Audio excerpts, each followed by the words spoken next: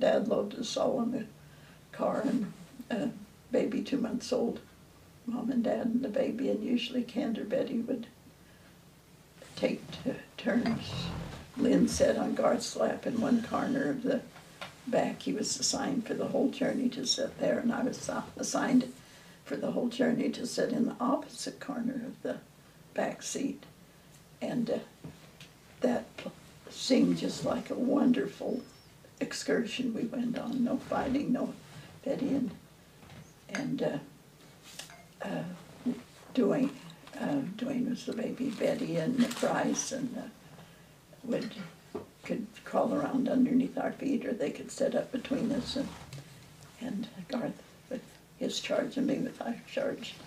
We stopped at Salt Lake and stayed at Aunt Deal's the first night, and that's when I said before I met Louisa Jane Taylor, and that's when we stopped before.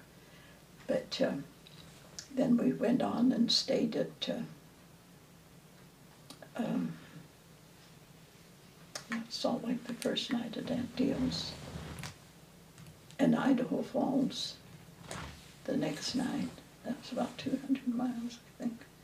But anyway, we stopped 3 nights on the way. One was in Boulder, Colorado.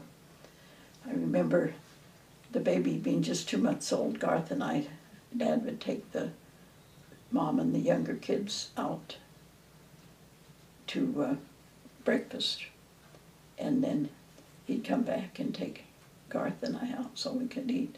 But I remember the first time I'd never eaten in a restaurant. I didn't know what they served at restaurants. And being that I was the lady in the house, 10 years old, Dad asked me first what I wanted, and the only thing I could think of was oatmeal mush. I said oatmeal mush, and my brother and Dad ordered waffles.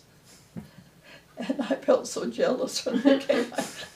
And they brought my oatmeal, and when Mom made oatmeal, it was real soft and runny and good. But this oatmeal was so stiff, I stuck my spoon up in it, standing straight up. I never moved, and I never ate it.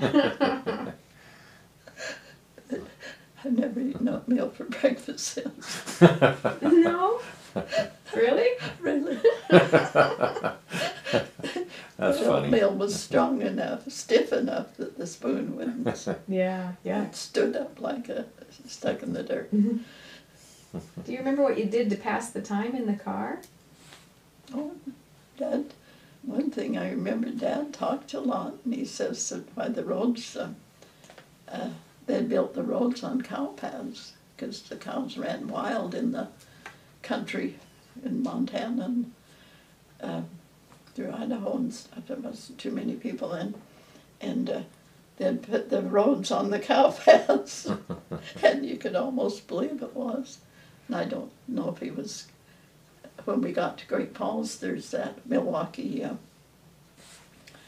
when you go over the overpass of the railroad into Great Falls, there's that Milwaukee building that stands all really high.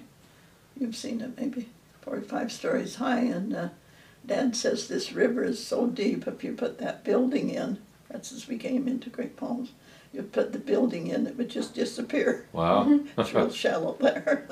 Dad didn't know, I didn't realize, didn't know for years. But we went straight to Montana Power Company, and he got some paper or something, and he'd was rented the land, the place from him. It was 107 acres of land there, and we had the Sun River on 2 sides of the place, and it was virgin soil. It had never been farmed, and he took us, we went and looked at it, and there's nothing at all, you know. It's about a half a mile away from the railroad track.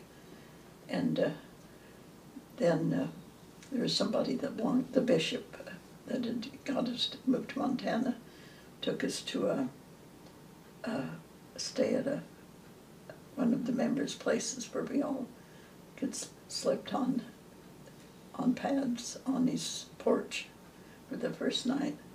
And then Dad searched around and found a house about half a mile from where he was going to build our house. And it was a little three-room unpainted shack.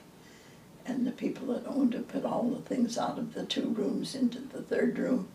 And so for a month we lived in this little shack, 8 kids, mom and dad. And while they got our house up high enough so that it had windows and roof and shelter, and we moved into the house before it was finished, and it took many years to finish it. Who actually built the house? Well, I don't remember the name, but there's a fellow in the church, he's not living anymore, Ara Christensen. He helped build the LDS church at Bonn, and he oversaw the carpenters that built the house. And it was just a universal style house that eventually the folks took out the smaller windows and put in a picture window and French doors in it. So it was a sturdy house. Nothing fancy, but it wasn't ever really finished until it had sheetrock on it, but the cracks weren't done. And when Dad was so busy just trying to get a new farm running. Dad just worked. He was the hardest working person I ever knew. But when I was 16, I decided I could finish the sheetrock in the house. And I got the stuff. Dad took me in to get the stuff you put in that you mix and put in the cracks and smooth out. And it was kind of hard with just a ladder, but I got the idea of the sewing machine was just the right height that I could stand on it and have my brothers push me slowly across the room, and I'd push the wallpaper across, and it just did a beautiful job of wallpapering them. Okay.